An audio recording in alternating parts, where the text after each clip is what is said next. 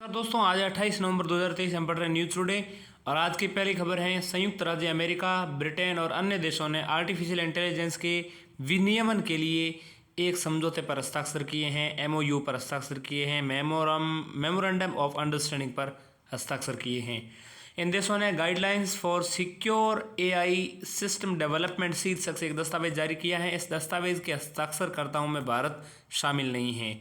दस्तावेज में निहित दिशा निर्देश प्रकृति में गैर बाध्यकारी हैं। ठीक है, मुख्य दिशा निर्देश पर एक नज़र डालें तो इसमें सुरक्षित डिज़ाइन, इसके अलावा सुरक्षित विकास, सुरक्षित उपयोग, सुरक्षित संचालन और रखरखाव को बताया गया है। सुरक्षित डिज़ाइन यानी कि एआई के डिज़ाइन के चरण से संबंधित है ये।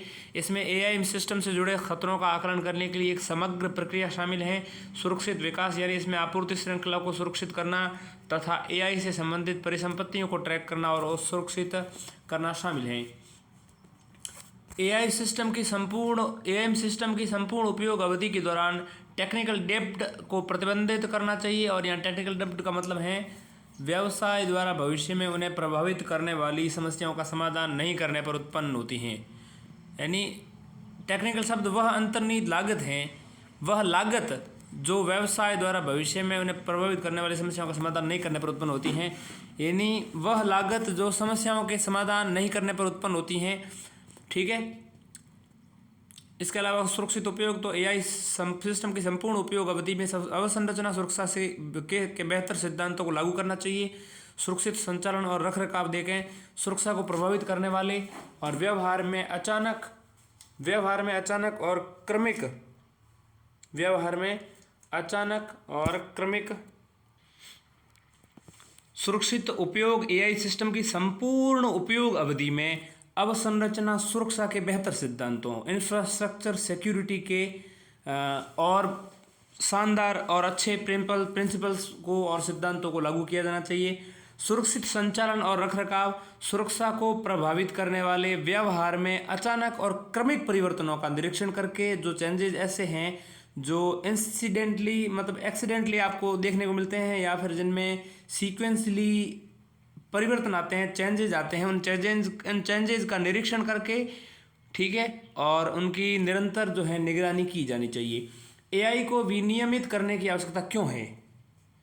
तो एआई को विनियमित करने की आवश्यकता ऐसे है कि निम्नलिखित सुभेद्यताओं से निपटने के लिए, जैसे एडवर्सियल मशीन लर्निंग AML, इसमें मशीन लर्निंग घटकों में व्याप्त मूलभूत सुभेद्यताओं का लाभ उठाना शामिल है, जैसे संवेदनशील मॉडल इन्फॉर्मेशन प्राप्त करना।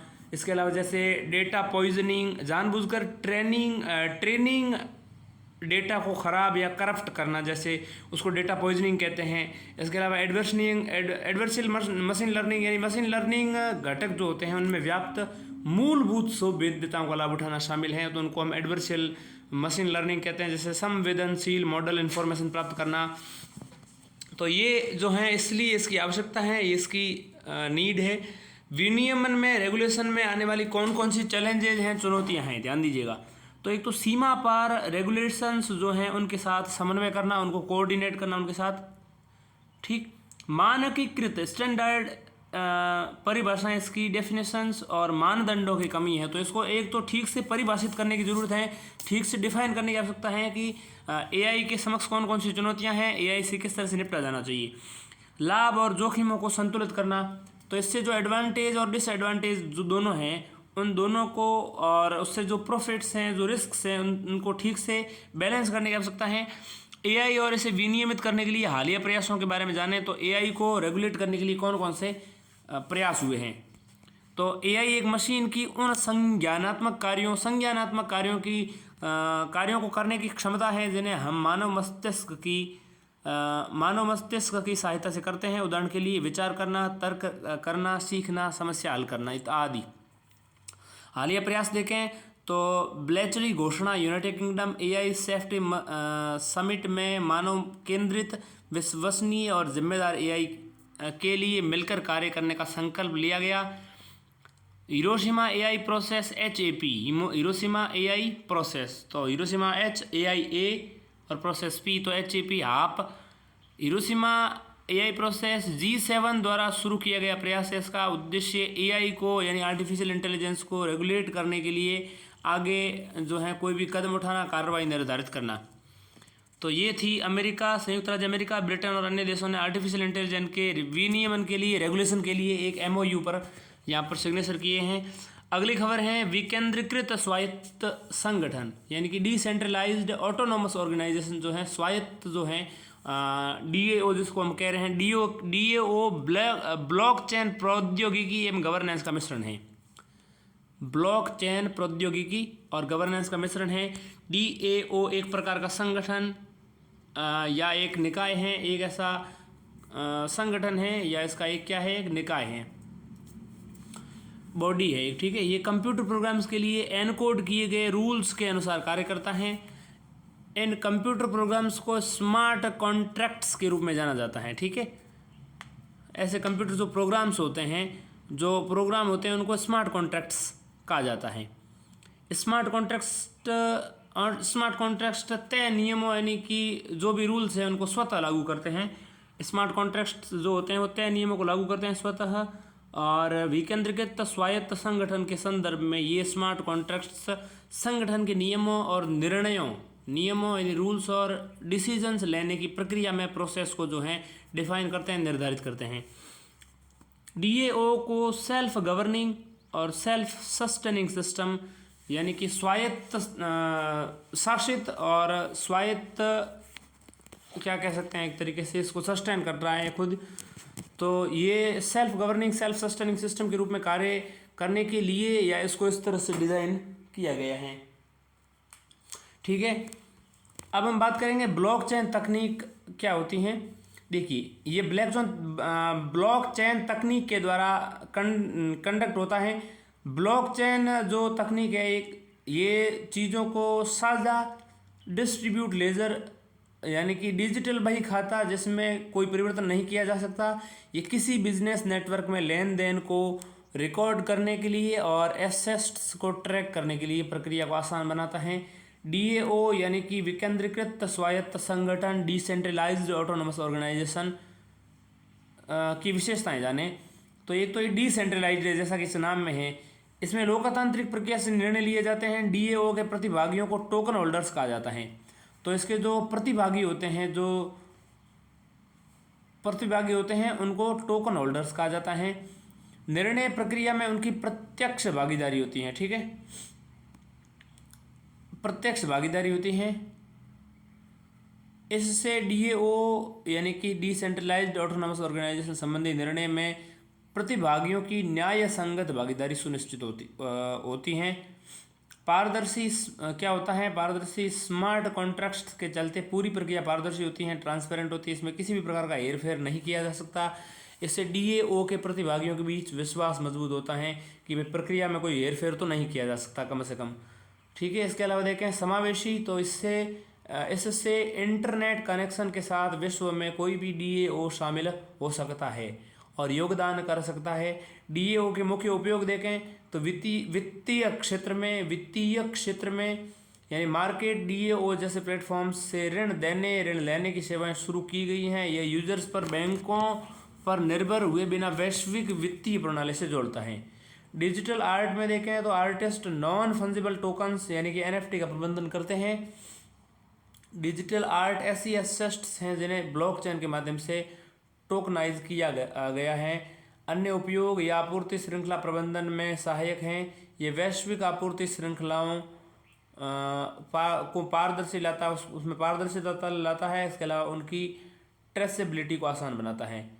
DAO से जुड़ी चुनौतियां देखें तो ये साइबर हमलों के प्रति सुविधा हो सकता है, जवाबदेही का अभाव है, कानूनी विकल्प और दायित्व के स्तर पर विवाद समाधान तंत्र स्पष्ट नहीं है। इसके विनियमन पर भी स्पष्ट स्थिति का अभाव है। अगली खबर की बात करें तो मत्स्य पालन पशुपालन डेयरी मंत्रालय ने राष्ट्रीय दुग्ध दिवस 26 नवंबर पर बुनियादी पशुपालन सांख्यिकी 2023 जारी की। तो 26 नवंबर के दिन ही यहाँ पर राष्ट्रीय दुग्ध दिवस भी होता है, इस बात का ध्यान दीजिएगा। तो सांख्यिकी 2023 के मुख्य बिंदुओं पर नज़र। 2022-23 में देश में कुल दुग्ध उत्पादन जो है देश में भारत में 230.58 मिलियन टन 230.58 मिलियन टन रहने का अनुमान है। पिछले 5 वर्षों में दुग्ध उत्पादन में 22.81 की वृद्धि दर्ज की गई है।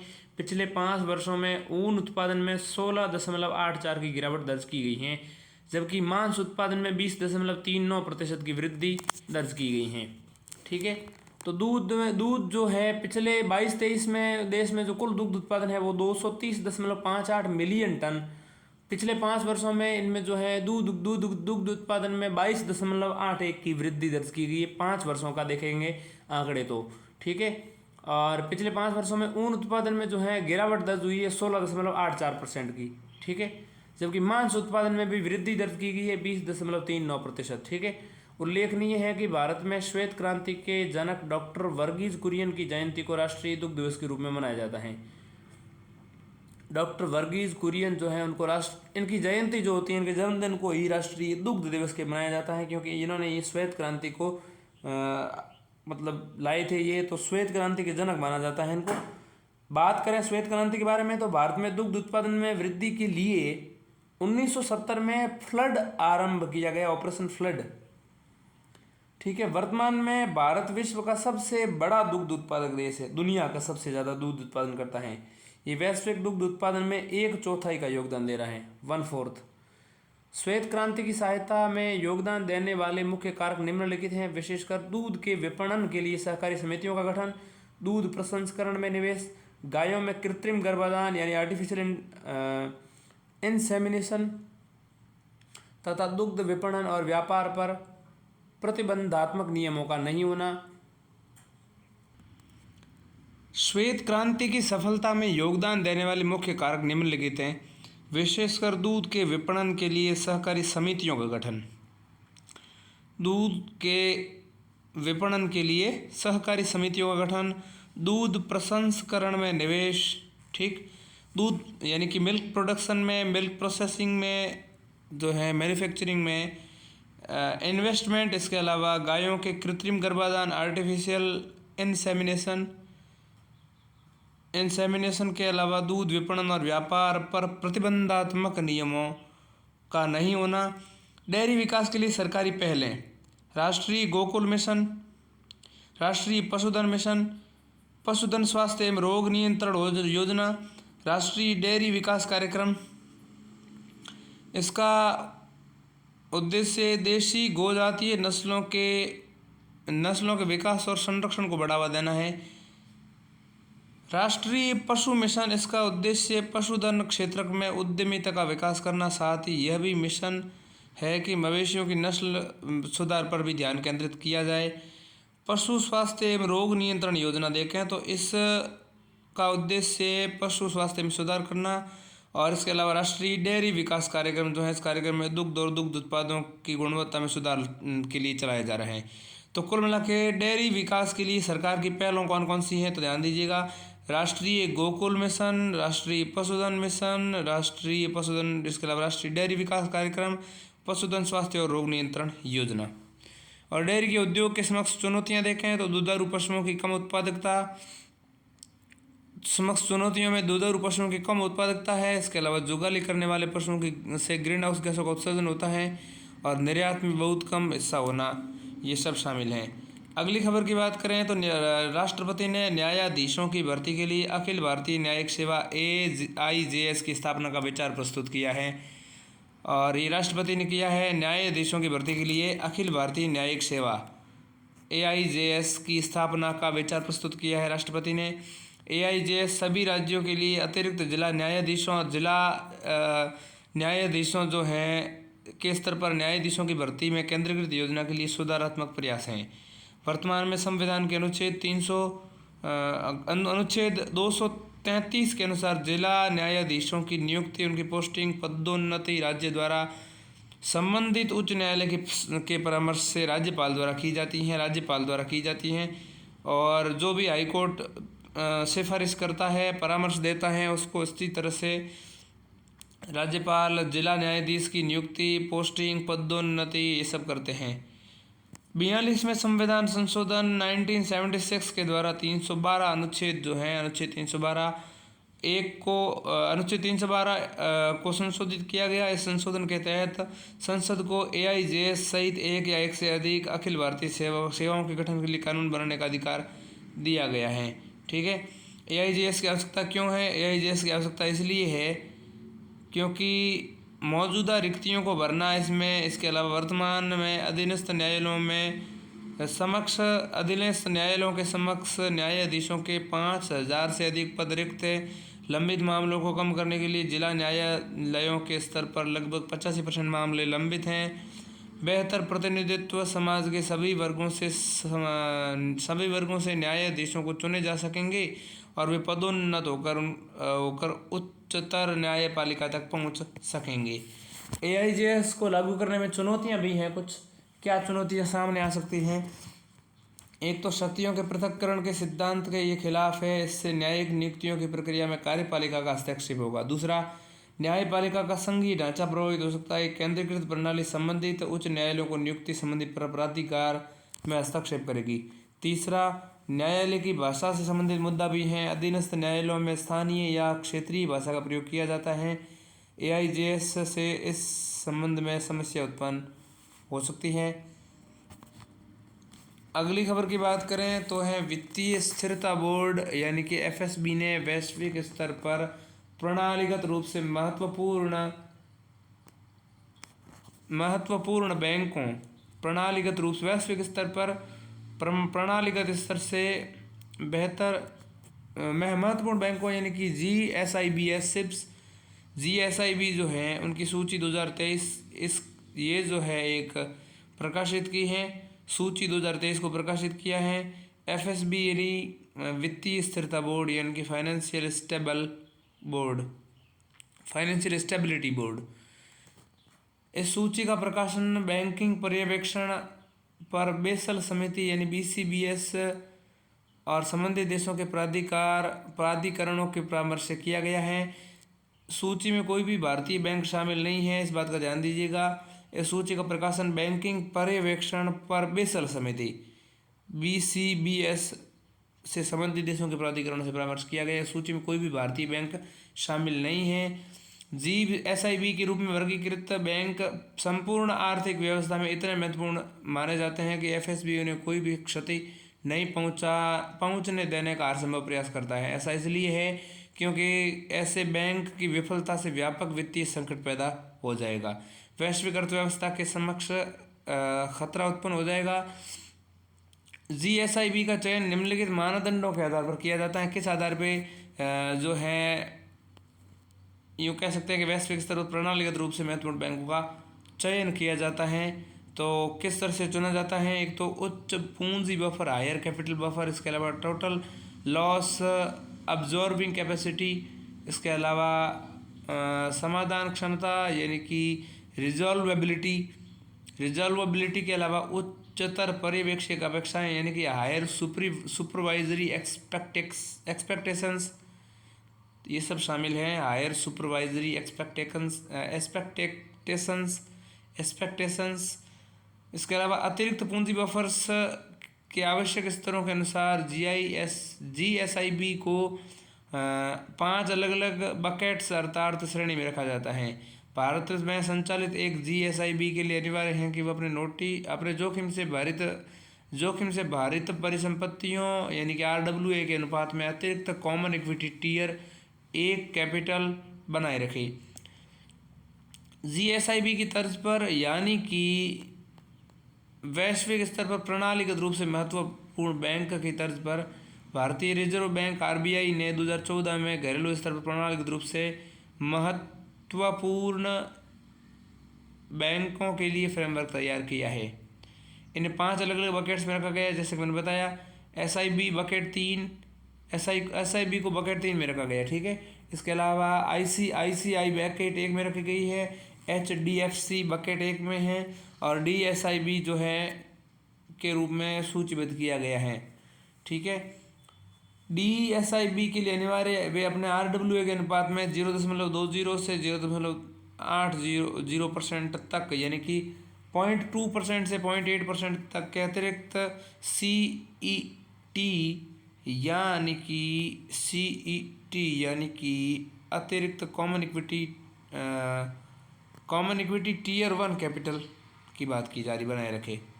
FSB के बारे में जाने तो FSB एक अंतर्राष्ट्रीय संस्था है, वैश्विक वित्तीय प्रणाली की निगरानी करती है, इस संबंध में सिफारिशें करते हैं। इसका मुख्यालय जो है बेसल स्विट्जरलैंड में है।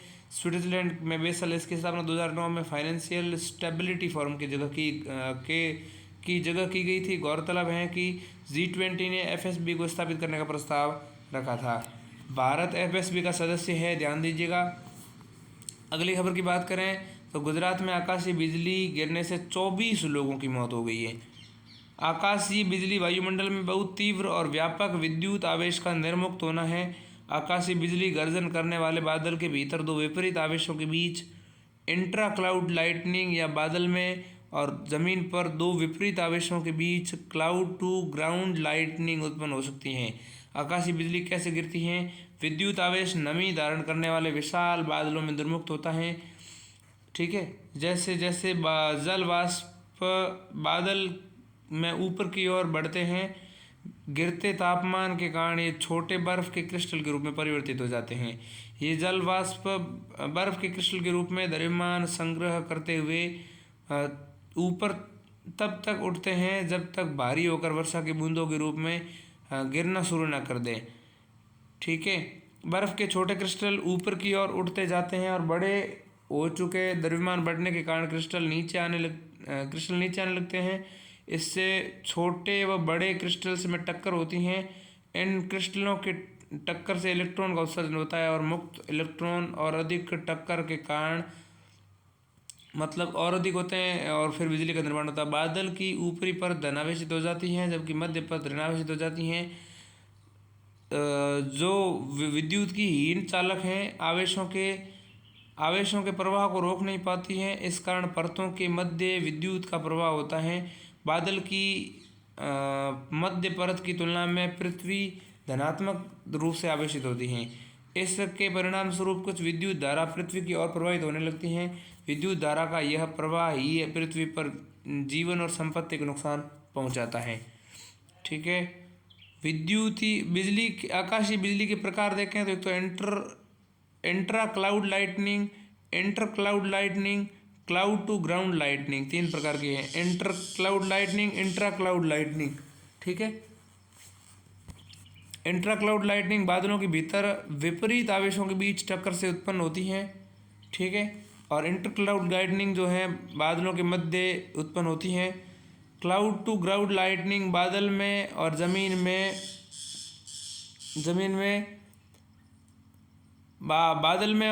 पर विपरीत आवेशों के बीच टक्कर से उत्पन्न होती हैं।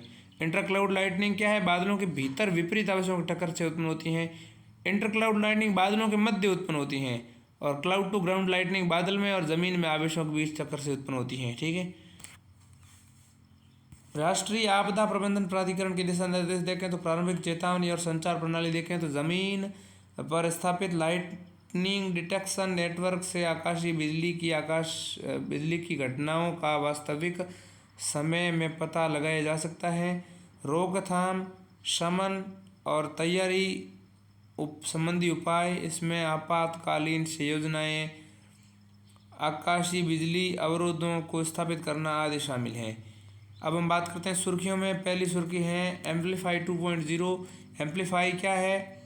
Amplify assessment and monitoring platform for liveable, inclusive और फ्यूचर रेडी अर्बन इंडिया।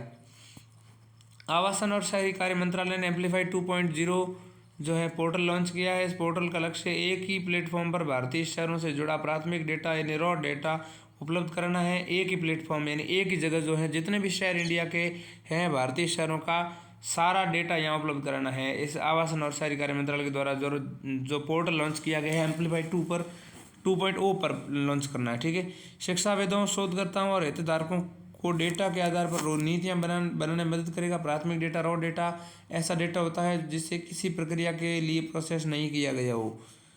ठीक है। वर्तमान में 225 शहर स्थानीय निकायों के इस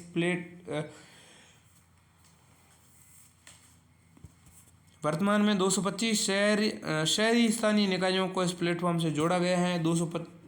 225 शहरी स्थानीय निकायों को, ठीक है। इस पोर्टल पर 150 शहरों के डेटा उपलब्ध हैं। यह पहल ओपन डेटा के आधार पर शहरी विकास के लिए फ्रेमवर्क का बनाने का अवसर प्रदान करती हैं।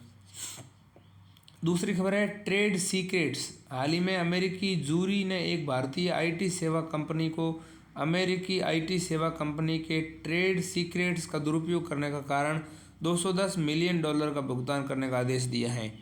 हाल ही में अमेरिकी जूरी ने एक भारतीय आईटी सेवा कंपनी को, ठीक है, भारतीय आईटी सेवा कंपनी को अमेरिकी आईटी सेवा कंपनी के ट्रेड सीक्रेट्स का दुरुपयोग करने के कारण $210 मिलियन का भुगतान करने का आदेश दिया है। ट्रेड सीक्रेट्स के बारे में जानें तो ये गोपनीय सूचना वाले बौद्धिक संपदा यानी कि इंटेलेक्चुअल प्रॉपर्टी अधिकार हैं जिन्हें बेचा जा सकता है या संबंधित प्राधिकरण द्वारा लाइसेंस द्वारा दिया जा सकता है। उन सूचनाओं को ट्रेड सीक्रेट्स माना जाता है जो निम्नलिखित मानदंडों को पूरा करते हैं, जैसे सूचना व्यावसायिक दृष्टि से मूल्यवान हो क्योंकि यह गोपनीय है। ये सूचना के बारे में कुछ व्यक्तियों के पास ही जानकारी होती है। सूचना के वास्तविक धारक द्वारा इसे गोपनीय रखने के लिए कुछ उचित कदम उठाए गए हो। अगली खबर की बात करें तो वो है एस्ट्रोसैट। एस्ट्रोसैट क्या है? हाल ही में एस्ट्रोसैट ने गामा रे बर्स्ट यानी कि GRB परिघटना का सफलतापूर्वक परीक्षण किया है। एस्ट्रोसैट द्वारा लगाई गई 600वीं GRB घटना यानी कि गामा रे बर्स्ट है परिघटना, ठीक है। GRB gamma ray burst gamma ray प्रकाश के क्षणिक विस्फोट हैं। GRB प्रकाश का सबसे ऊर्जावान रूप है। एस्ट्रोसैट के बारे में जाने तो खगोल विज्ञान के अध्ययन को समर्पित पहला भारतीय मिशन है।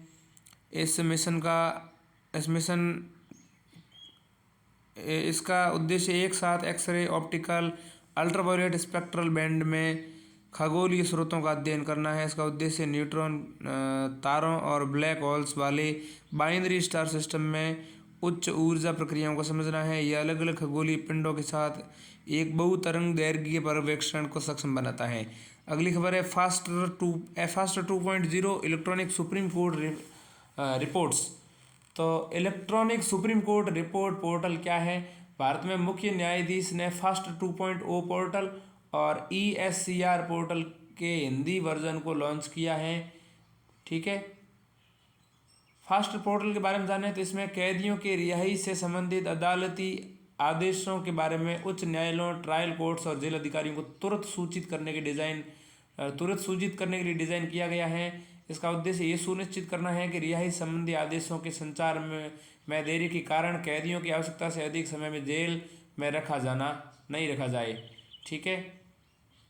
इसका उद्देश्य क्या है? इसका उद्देश्य है रिहाई संबंधी आदेशों के संचार में देरी के कारण कैदियों को आवश्यकता से अधिक समय तक जेल में नहीं रखा जाए। ESCR पोर्टल के बारे में जानें तो ESCR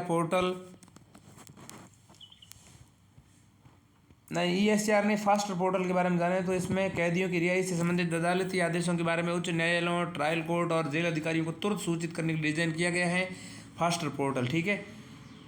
फास्टर नाम से भी समझ में आ रहा होगा। इसका उद्देश्य ये सुनिश्चित करना है कि रिहाई संबंधी आदेशों के संचार में देरी के कारण कैदियों की आवश्यकता से अधिक समय जेल में नहीं रखा जाए। ESCR पोर्टल के बारे में जानें। सुप्रीम कोर्ट के निर्णयों को डिजिटल रूप से उसी तरह प्रस्तुत करता है जैसे वे आधिकारिक कानूनी रिपोर्ट में प्रस्तुत किए जाते हैं, ठीक है।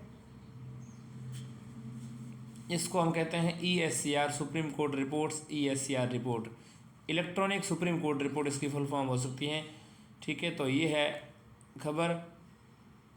अब हम अगली खबर की ओर बढ़ जाते हैं। वो है ग्लोबल कैपेबिलिटी सेंटर्स। क्या है ग्लोबल कैपेबिलिटी सेंटर, जिसको हम GCC कह रहे हैं? भारतीय GCC तेजी से यानी ग्लोबल कैपेबिलिटी सेंटर तेजी से वैश्विक भूमिका निभाने वाले पेशेवरों, विशेष रूप से कंपनियों के लिए एक हब के रूप में उभर रहे हैं। भारतीय जो ग्लोबल कैपेबिलिटी सेंटर्स है वो तेजी से वैश्विक भूमिका निभाने वाले पेशेवरों, विशेष रूप से कंपनियों के लिए एक हब के रूप में उभर रहे हैं। ग्लोबल कैपेबिलिटी सेंटर के बारे में जानें तो ग्लोबल कैपेबिलिटी सेंटर जीसीसी बहुराष्ट्रीय कंपनियों की दूसरे देशों में संचालित इकाइयाँ हैं। बहुराष्ट्रीय कंपनियों की दूसरे कंट्रीज़ में, अदर कंट्रीज़ में संचालित होती है कंपनी, उसको जीसीसी कहते हैं। दुनिया भर में कार्य करती हैं। जीसीसी अपने मूल संगठनों को सूचना प्रौद्योगिकी, वित्त, मानव संसाधन, एनालिटिक्स जैसी अलग अलग सेवाएं प्रदान करती हैं। भारत निम्नलिखित में जीसीसी के अनुकूल परिवेश प्रदान करता है। राजनीतिक स्थिरता, उपभोग संचालित घरेलू अर्थव्यवस्था में बढ़ती समृद्धि और वित्तीय मजबूत विनियामक संरचना का होना, ये जीसीसी के लिए ज़रूरी है, यानी कि ग्लोबल कैपेबिलिटी सेंटर के लिए ज़रूरी है। अगली खबर की बात करें तो वो है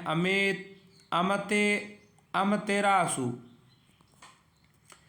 क्या है अमतेरासु? ध्यान दीजिएगा। खगोलविदों ने पृथ्वी पर गिर रहे एक दुर्लभ और अत्यधिक उच्च ऊर्जा वाले अमतेरासु कण का पता लगाया है। अमतेरासु कहाँ से आया है, क्या है, इसके स्रोत अभी भी पहचान नहीं हो पाई है। इस कण का नाम जापान की सूर्य देवी अमतेरासु के नाम पर रखा गया है। जापान की सूर्य देवी हैं, ठीक है।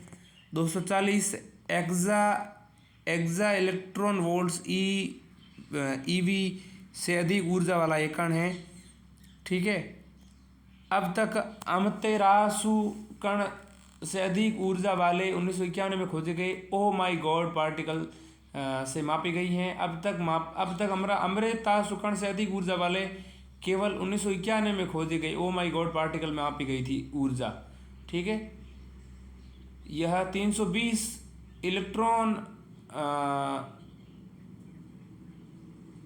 एक्सा इलेक्ट्रॉन वोल्ट से अधिक ऊर्जा वाला कण था। कौन सा? ओ माई गॉड पार्टिकल, ठीक। ओ माई गॉड पार्टिकल में 320 एक्सा इलेक्ट्रॉन वोल्ट से अधिक ऊर्जा थी, जबकि इस अमतेरासु जो कण है उसमें 240 एक्सा इलेक्ट्रॉन वोल्ट से अधिक ऊर्जा मापी गई है, ठीक है। अब हम बात करते हैं अगली खबर की, तो वो है हमारी अगली खबर आयुष्मान आरोग्य मंदिर। क्या है? AAM।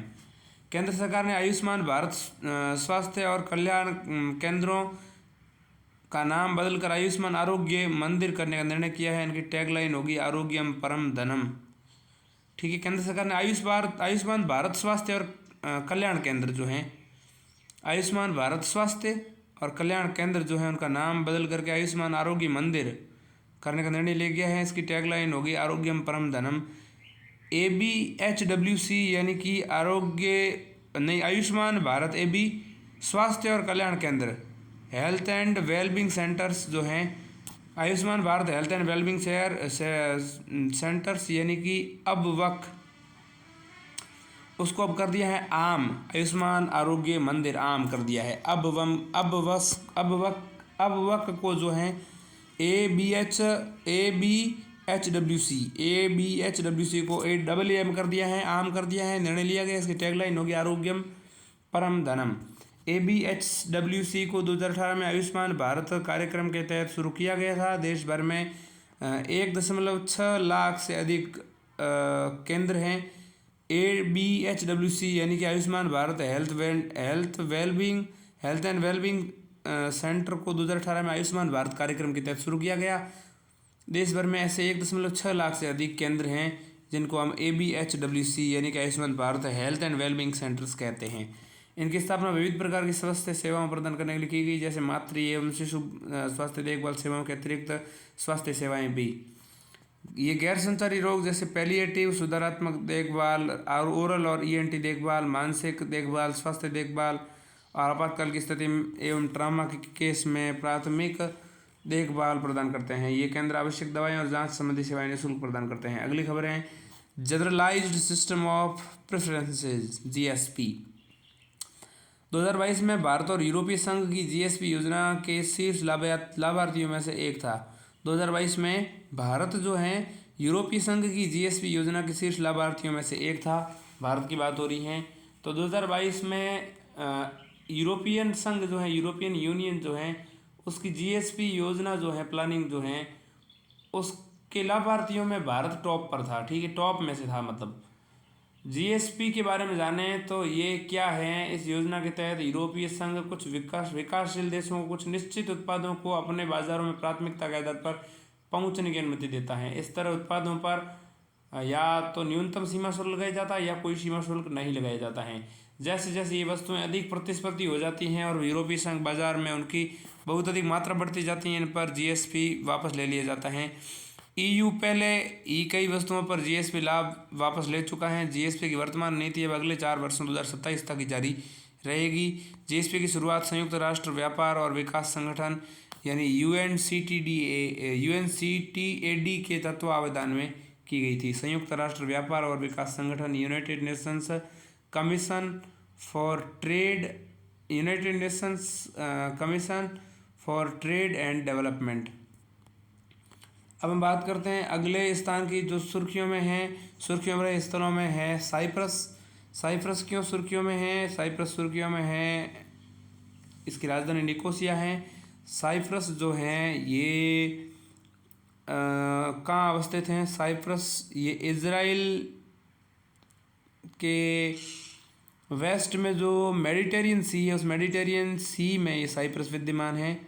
ठीक है, साइप्रस की राजधानी निकोसिया है। निकोसिया, साइप्रस की राजधानी निकोसिया है। साइप्रस भारतीय कंपनी के खिलाफ चीज़ ट्रेडमार्क केस जीत गया है। साइप्रस भारतीय कंपनी के खिलाफ जो है चीज़ ट्रेडमार्क जो केस था वो जीत गया है साइप्रस, इसलिए सुर्खियों में है। भौगोलिक अवस्थिति एवं सीमाएं देखें तो ये भूमध्य सागर में तीसरा सबसे बड़ा देश है। भूमध्य सागर में तीसरा सबसे बड़ा द्वीपीय देश है, द्वीप है। 2 सबसे बड़े द्वीप हैं, सिसिली और सार्डिनिया।